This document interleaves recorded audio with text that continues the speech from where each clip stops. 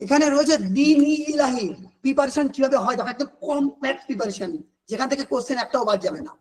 আমরা দ্বীন-ই ইলাহি জানি, এখানে কোশ্চেন বলছে দ্বীন-ই ইলাহি সদস্য কে? উত্তর এখানে 4টি অপশন রয়েছে, উত্তর পরে আমরা আসছি। জিনিসটা হচ্ছে হেডিং করো দ্বীন-ই ইলাহি। দ্বীন-ই ইলাহি এই কনসেপ্টটা অ্যাকচুয়ালি দিয়েছিলেন কে জানো? তোমরা অনেকে অ্যান্সার করেছো দ্বীন-ই ইলাহি। দেখো দ্বীন-ই ইলাহি হচ্ছে আকবর করেছিলেন, কিন্তু সেই সঙ্গে আমরা জানবো আকবর কত সালে করেছিল, বলো কমেন্ট করো। 1582, ভেরি ভেরি ভেরি ইম্পর্টেন্ট, 1582 সালে দ্বীন-ই ইলাহি প্রবর্তন করেছিলেন। আচ্ছা দ্বীন-ই ইলাহি বিষয়টা কি?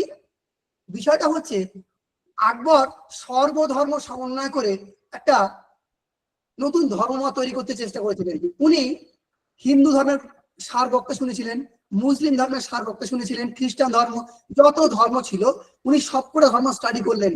সেজন্য 1575 সালে, দেখো একটা জিনিস থেকে আমরা কিছু জানবো, 1575 সালে তৈরি করেন ইবাদতখানা।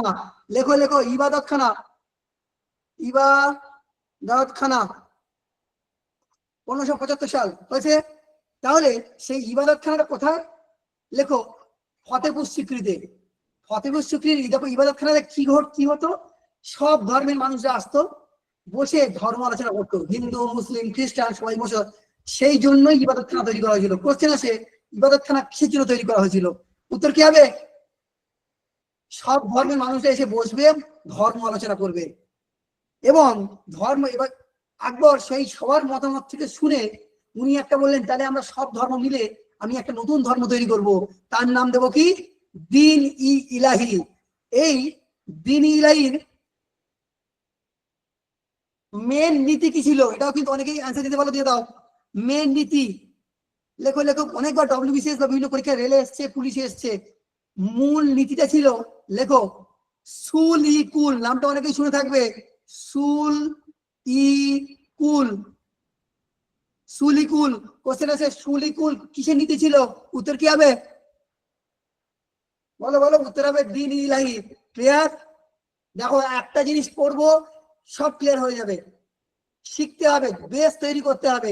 আমরা বেস তৈরিতে এই কোশ্চেন তো অটোমেটিক কমন হয়ে যাবে। আমি কেন বলছি কমন পাবে? একবার 4 মাস 5 মাসের কোর্স করাবো, বেস রেডি করে দেবো। এই বেস তৈরি করলে যে কোশ্চেন আসবে তুমি অ্যান্সার করবে। চলো বাকি শেষ হয়নি, এখন অনেক কিছু আমি জানবো। আচ্ছা এই দ্বীন-ই ইলাহি বলো তো প্রথম কে গ্রহণ করেছিল? বলো বলো বলো বলো, কমেন্ট করো কমেন্ট করো কমেন্ট করো। দ্বীন-ই ইলাহি প্রথম কে গ্রহণ করেছিল? লেখো হাসির রাজা কি? বীরবল। বীরবল প্রথম কিন্তু গ্রহণ করেছিল দ্বীন-ই ইলাহি। আচ্ছা বলো তো বীরবলের আসল নাম কি? এটাও পরীক্ষার কোশ্চেন। লেখো লেখো লেখো, বীরবলের আসল নাম কি? মহেশ দাস। সব পরীক্ষার কোশ্চেন, মহেশ দাস হয়েছে। এইবার প্রথম তো বীরবল গ্রহণ করলেন, কিন্তু এরপরে আর কারা কারা গ্রহণ করেছিল সেটা এইটা দেখো, WBSI 2019 এসেছিল। এবার আমরা পরে কোশ্চেনে যাচ্ছি। লেখো লিস্টটা লেখো। 1 নম্বরে লেখো বীরবল, 2 নম্বরে লেখো আবুল ফজল, আবুল ফজল। 3 নম্বর লেখো তানসেন। ঠিক আছে? এরকম প্রায় 15 জনে গ্রহণ করেছিল, প্রায় 15 জন। আমরা এই 3 জন নাম জানবো, কারণ পরীক্ষাতে এই 3টেই বেশি ঘুরে বেরিয়ে আসে। দেখো এখানে শেষ নয়। এই আবুল ফজল কি কারণে বিখ্যাত? বলো বলো বলো বলো বলো। কোশ্চেন দেখো কি কোশ্চেন, এটাও পরীক্ষার কোশ্চেন। আবুল ফজল কি কারণে বিখ্যাত? আকবর নামা লিখেছিল গো। আকবর, যারা অ্যান্সার করতে পারবে ফটোফট লেখো আকবর নামা। আচ্ছা আরেকটা কোশ্চেন, আরেকটা বিষয় বলে দেই। আমি কিন্তু পড়াতে পড়াতে কোশ্চেন ধরবো, যেটা পড়াবো সেটা কোশ্চেন ধরবো। কোশ্চেন না ধরলে তৈরি করতে পারবো না, অ্যান্সার দিতে হবে। তোমরা এখন কমেন্ট করে জানাবে। লাইভ ক্লাসে সামনাসামনি অ্যান্সার হবে। লাইভ ক্লাস যখন শুরু হবে সামনাসামনি অ্যান্সার করবো। আমি একটু পড়িয়ে নিই, তারপর লাইভ ক্লাস শুরু করবো। রেডি? নতুন কিছুর জন্য তৈরি হও। দেখো এই সিস্টেম ফলো করলে WBCS ক্র্যাক করে দেবে, দায়িত্ব আমি নিয়ে বলছি।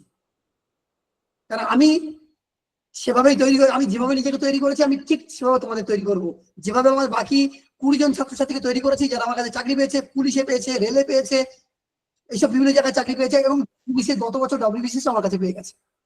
তাদেরকে যেভাবে তৈরি করেছি ঠিক তোমাদের সবাই তৈরি করবো, শুধু কনসিস্টেন্ট লাগবে আর তোমাদের মনের জোর লাগবে, বাকিটা আমি বুঝে নেবো।